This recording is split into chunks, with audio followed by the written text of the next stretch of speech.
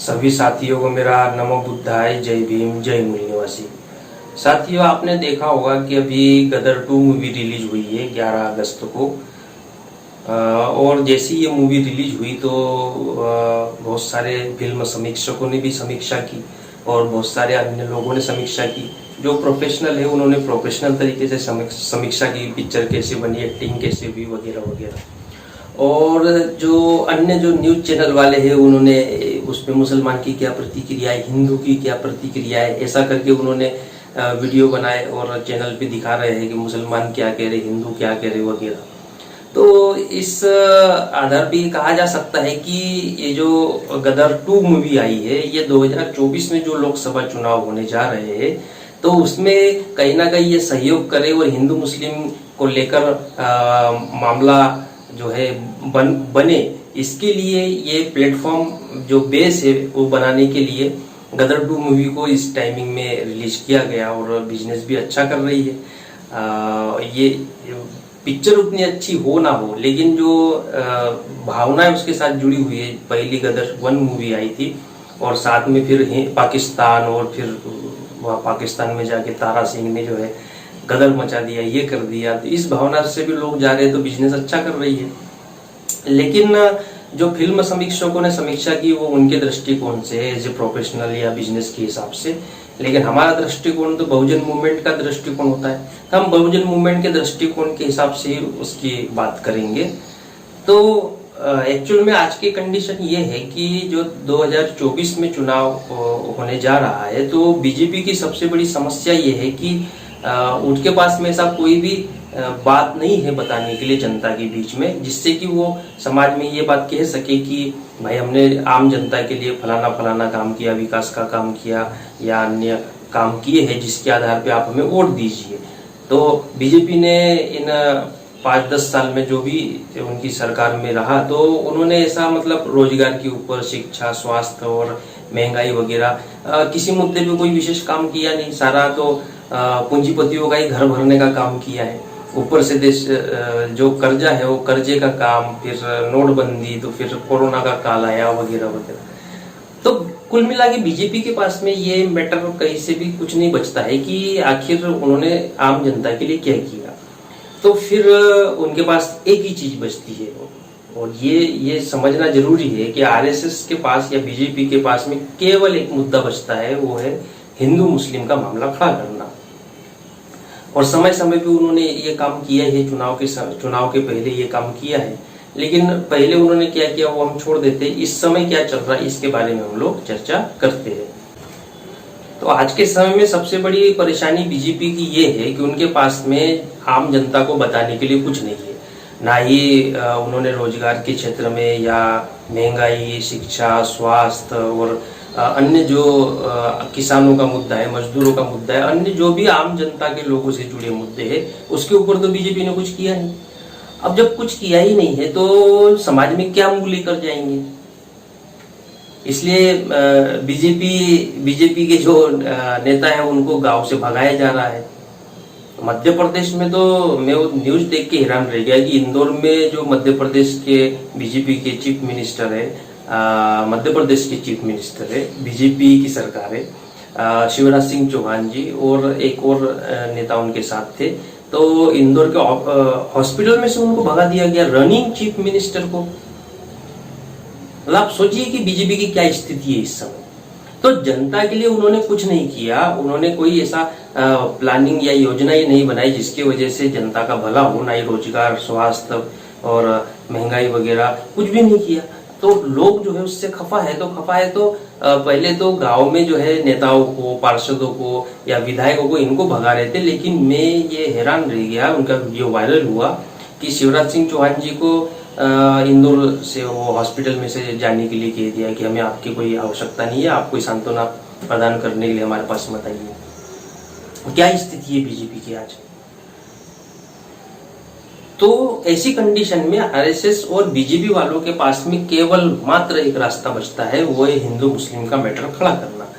अब हिंदू मुस्लिम का मैटर जब खड़ा होगा तब वो चुनाव में उनको फायदा होने की उम्मीद दिखाई देती है, या वो कह सकते हैं कि हिंदुओं ने हमको इतनी बड़ी संख्या में वोट दिया।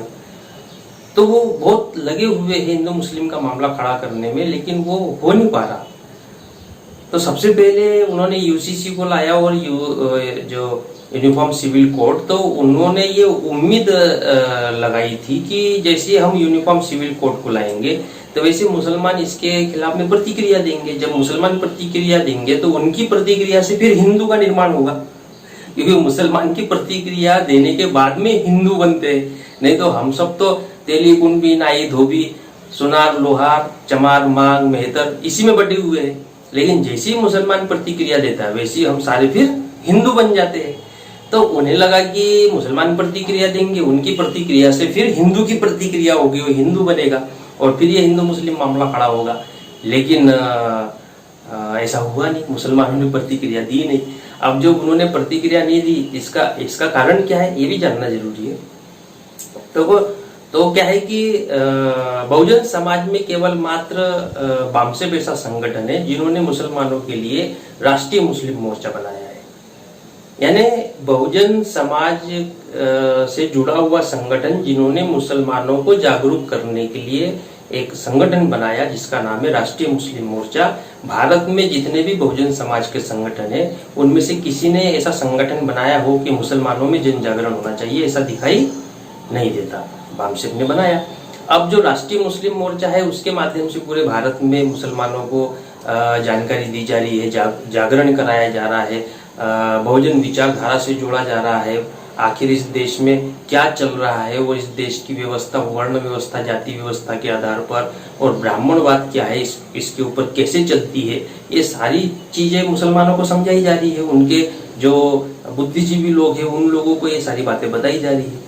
अब उसका परिणाम ये हुआ कि जब बुद्धिजीवी लोगों ने प्रतिक्रिया नहीं दी तो आम जनता ने भी नहीं दी, कि उनको समझ में आ गया कि प्रतिक्रिया देंगे तो फिर ये प्रतिक्रिया में हिंदू बनेंगे, हिंदू मुस्लिम मामला खड़ा होगा, हिंदू मुस्लिम मामला खड़ा होगा, फिर बीजेपी के समर्थन में सारे हिंदू चले जाएंगे और वो ये नहीं पूछेंगे कि हमें एजुकेशन दिया नहीं दिया, रोजगार दिया नहीं दिया, और बीजेपी के साथ में चले जाएंगे। ये रास्ता तो गलत है। और वो मुसलमानों की प्रतिक्रिया से ऐसा हो रहा है।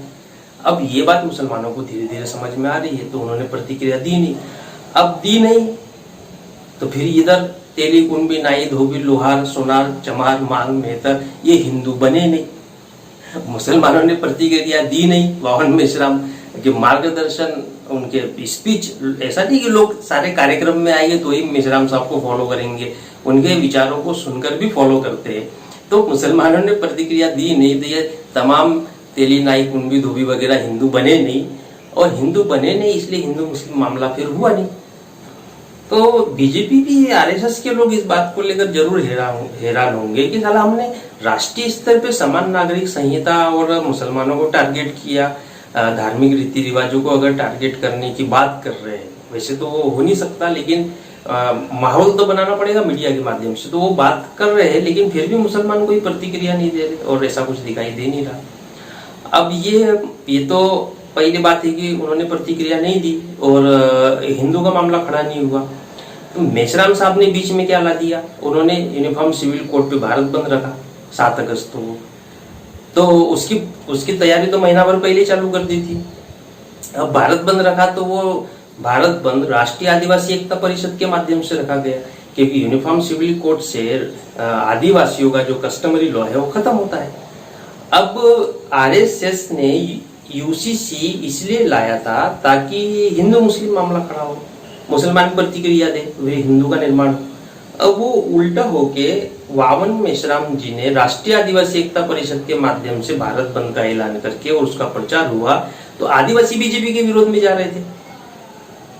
भाई आदिवासियों को ये लगा कि बीजेपी हमारे कस्टमरी लॉ को खत्म करने के लिए यूसीसी ला रही है, और लगा क्या ये सच्चाई भी है कि समान नागरिक संहिता होने से तो फिर आदिवासियों का कस्टमरी लॉ तो खत्म हो जाएगा। तो आदिवासी बीजेपी के विरोध में जा रहे थे। तो जब जा रहे थे तो जब भारत बंद तो 7 अगस्त को था, लेकिन उसके पहले ही ये बता दिया गया था कि इस मानसून सत्र में हम यूसीसी पर कोई बिल नहीं लाने वाले। तो ये उन्होंने कोशिश की थी आरएसएस वालों ने कि यूसीसी के माध्यम से मामला खड़ा किया जाए। अब वो हुआ नहीं। हुआ नहीं तो फिर दूसरा मामला उन्होंने नूह में जो हुआ, दो गुटों के बीच में तनाव हुआ, फिर तनाव होने के बाद इतना ज्यादा वो बढ़ गया कि दंगे का स्वरूप ले लिया, कई गाड़ियां जला दी, कहीं कुछ हो गया।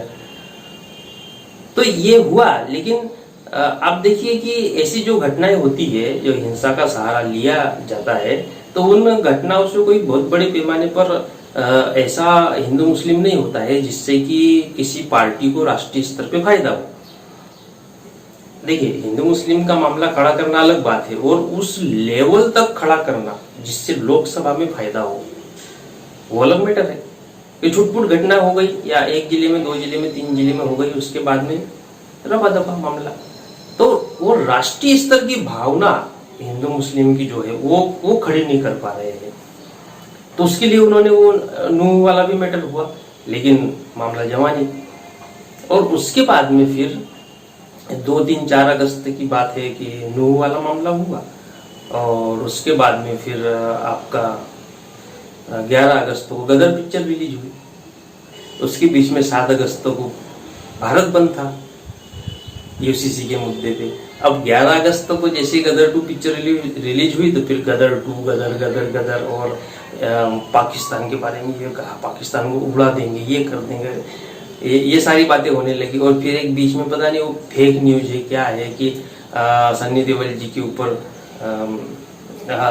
सेल्फी लेने के बहाने हमला करने की कोशिश की गई वगैरह। अब बहुत सारे यूट्यूब पे ऐसे फर्जी चैनल भी है जो फर्जी की बातें करते रहते हैं, टाइटल लगाते हैं। मैं देख रहा था, मैंने कहा कैसे कोई न्यूज मिले, लेकिन खैर जो भी उसमें हुआ, तो वो जो गदर मूवी है, इसको देखने के लिए नरेंद्र मोदी और योगी जी भी गए, और अब गए तो बीजेपी का समर्थन है उस पिक्चर को, और गए तो किस लिए गई भाई? पाकिस्तान के विरोध में उसमें बताया गया है। तारा सिंह पाकिस्तान जाता है, उनका लड़का जो है वो पाकिस्तान जाता है, फिर वहां से लड़ाई झगड़ा करते, फिर वहां से वो अपने बेटे को सेफली इंडिया वापस लाते हैं। तो इस तरह की वो कहानी है। तो कुल मिला के ये हिंदू मुस्लिम के मामले को बताने का या वो माहौल लोगों के मन मस्तिष्क में जाना चाहिए, चाहे पाकिस्तान के माध्यम से हो, तो वो माहौल जाना चाहिए। और फिर पाकिस्तान यानी मुसलमान वो समझते हैं और इधर हिंदू समझते हैं। तो ये उन्होंने सोचा, और ये सोच के फिर गदर 2 मूवी आई है। तो ये उसी का एक पार्ट है। अब आगे देखिए 2024 का जो चुनाव है उसमें अभी और कुछ महीने का समय है, तो अब आगे देखिएगा कि आगे क्या क्या होता है और हिंदू मुस्लिम का क्या क्या मैटर लाते हैं। लेकिन गदर 2 मूवी उससे रिलेटेड है, पॉलिटिक्स से रिलेटेड है। अन्यथा नरेंद्र मोदी और योगी जो है वो पिक्चर देखने के लिए जाते नहीं, और शायद वाराणसी में गए थे बोले पिक्चर देखने के लिए गदर 2 को। तो सपोर्ट है इसलिए गए थे, ये तो बात कही जा सकती है। अब ये लास्ट बात आपको बता देता हूँ कि ये आरएसएस और बीजेपी ये संकट में पड़े हुए हैं कि ये हिंदू मुस्लिम करना तो चाह रहे, लेकिन उस लेवल तक हो नहीं पा रहा है। और हो नहीं पा रहा, उसका सबसे बड़ा कारण बामसेफ ही, क्योंकि बामसेफ ने एक तरफ SC ST OBC को ये सारी बातें समझा रहे हैं कि हिंदू मुस्लिम जो है इसका कोई मैटर नहीं है, ना हम हिंदू है, साबित करके बता रहे कि शेड्यूल्ड ट्राइब आदिवासी जो है वो हिंदू नहीं है, OBC हिंदू नहीं है, SC जो है उन्हें अछूत बनाया वो हिंदू नहीं है, और OBC को शूद्र बनाया वो हिंदू कैसे हो सकते हैं। फिर ब्राह्मणों को चैलेंज कर रहे भगवान मेश्राम जी की, साबित करो कि हम SC ST OBC के लोग हिंदू है, वो साबित नहीं कर पा रहे ब्राह्मण। फिर ब्राह्मणों का ब्राह्मणवाद समझा रहे थे, ये SC ST OBC में बड़े पैमाने पर चल रहा है। दूसरी तरफ मुसलमानों को समझा रहे हैं कि असली इतिहास क्या है, ब्राह्मणवाद क्या है, आप न चाहते हुए भी ब्राह्मणवाद के चंगुल में कैसे फंस जाते हैं, उनके षड्यंत्र का हिस्सा कैसे बन जाते हैं, ये बातें मुसलमानों को भी समझा रहे हैं। अब ये तीनों तरीके से बातें समझाने की वजह से वो जिस लेवल का या जो हाइप निर्माण करना चाहते हैं चुनाव के पहले, क्योंकि ये सब चुनाव तक मामला रहेगा, फिर चुनाव के बाद तो फिर नहीं करते फिर हिंदू मुस्लिम, फिर वो सरकार चलाते रहते हैं, फिर SC ST OBC के खिलाफ नीतियां बनाते हैं। ये सारा चुनाव के पहले ही होता है, जिस साल चुनाव होते हैं। तो ये चुनाव के पहले सारा मामला खड़ा करने की वो लोग कोशिश कर रहे हैं, लेकिन वो हाइप नहीं बना पा रहे हैं। ये सबसे बड़ा संकट बीजेपी आरएसएस के सामने हो गया है कि वो सब हाइप नहीं बना पा रहे। अभी पिक्चर रिलीज हुई तो पिक्चर से क्या हो रहा है कि हाँ पाकिस्तान में ऐसा किया, तारा सिंह ने गया और फिर हैंडपंप देखा और फलाना ढिकाना और बहुत इंजॉय किया। तो इंजॉय किया ये ठीक है, फिर इसके आगे चुनाव में, तो चुनाव में तो उसका उतना कोई इफेक्ट पड़ेगा ऐसा तो दिखाई दे नहीं रहा है। लेकिन चूंकि यूसीसी उनका फेल हो गया, इसमें सबसे गंभीर बात आपको बताऊं कि यूसीसी फेल हो गया। क्योंकि क्या होता है कि किसी भी देश में प्रत्येक व्यक्ति के ऊपर जो प्रभाव पड़ता है ना किसी चीज का, वो है जब संसद में बिल आता है और उसमें क्या नियम बनाए हैं, क्या उसमें खासियत है, कमियां है, इन सारी बातों का असर फिर आम पब्लिक पर, प्रत्येक व्यक्ति पर पड़ता है। अब यूसीसी का बिल जो है वह लाना उनका जो मकसद था वो हिंदू मुस्लिम का था, लेकिन बीच में भगवान मेश्राम जी ने आदिवासियों को घुसा दिया, तो वो मामला तो क्लियर हुआ नहीं। तो वो बिल मानसून सत्र में नहीं आएगा ऐसा बताया गया। अब जब बताया गया है कि नहीं आने वाला है, तो फिर जो राष्ट्रीय स्तर पे जो माहौल होना चाहिए था, खड़ा होना चाहिए था, वो माहौल खड़ा नहीं हो पाएगा।